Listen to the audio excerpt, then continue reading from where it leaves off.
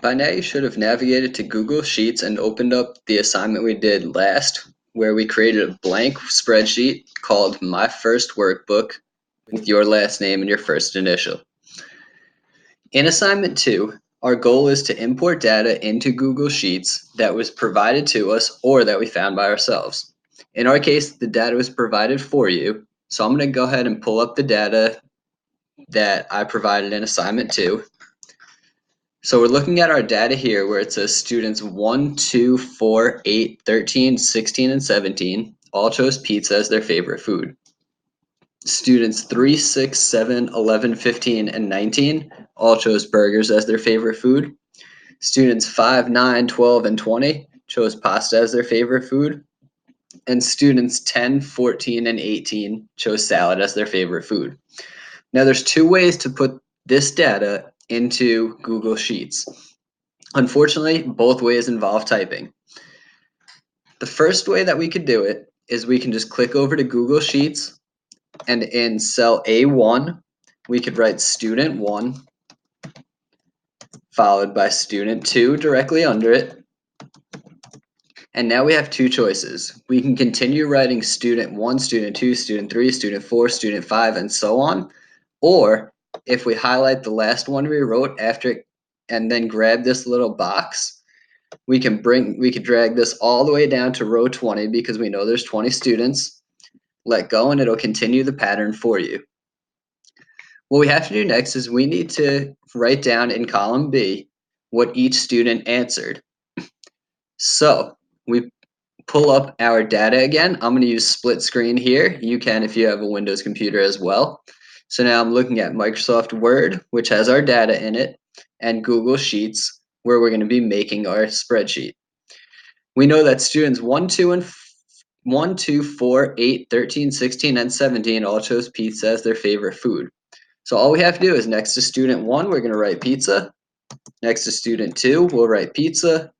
Student 4, pizza, and so on. I'm going to fill this data in and I'll be right back.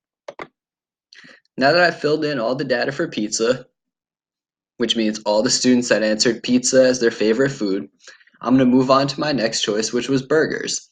Students 3, 6, 7, 11, 15, and 19 all chose burgers. So what we're going to do, we're going to click into the column next to student 3, because it says student 3 likes burgers, and we'll write the word burgers there. We'll do the same thing for 6, 7, 11, 15, and 19. After we filled in the burger data, next thing we have, our next option was pasta. So we have students 5, 9, 12, and 20 that chose pasta. So we'll click over next to student 5, write pasta. For 5, student 9 liked pasta, and we'll continue filling that in as well. You'll notice that during that quick break, I also filled in the students that chose salad as their favorite food. So now we have a complete data set here.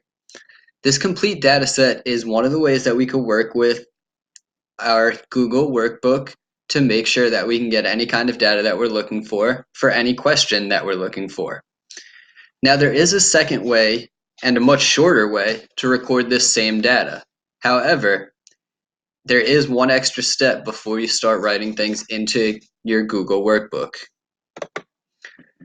The other way that we could fill in this data is by counting out the number of students that chose pizza, the number of students that chose burgers, and the number of students that chose pasta, and the number of students that chose salad as their favorite foods. This way, we only have 4 different categories instead of 20. So what I'm going to do is I'm going to go ahead and in column A, I'm going to write what the 4 choices were. They were pizza,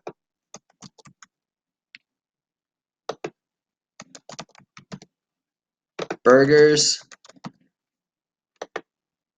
pasta, and salad. Now if we go over to our data, we count that students 1, 2, 4, 8, 13, 16, and 17 all chose pizza. That's 1, 2, 3, 4, 5, 6, 7 students. So in column B, next to pizza, we'll just put a 7. Now for burgers, it counts out to 6. Pasta, there were 4 students. and salad, there were 3 students. Now, as you can see, this is a much shorter table and probably one that's easier to use, but I wanted you to know that you could write out each student individually also.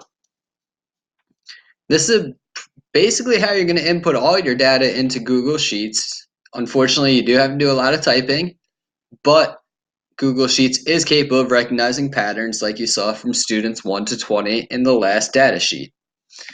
Thank you, and I'll see you online.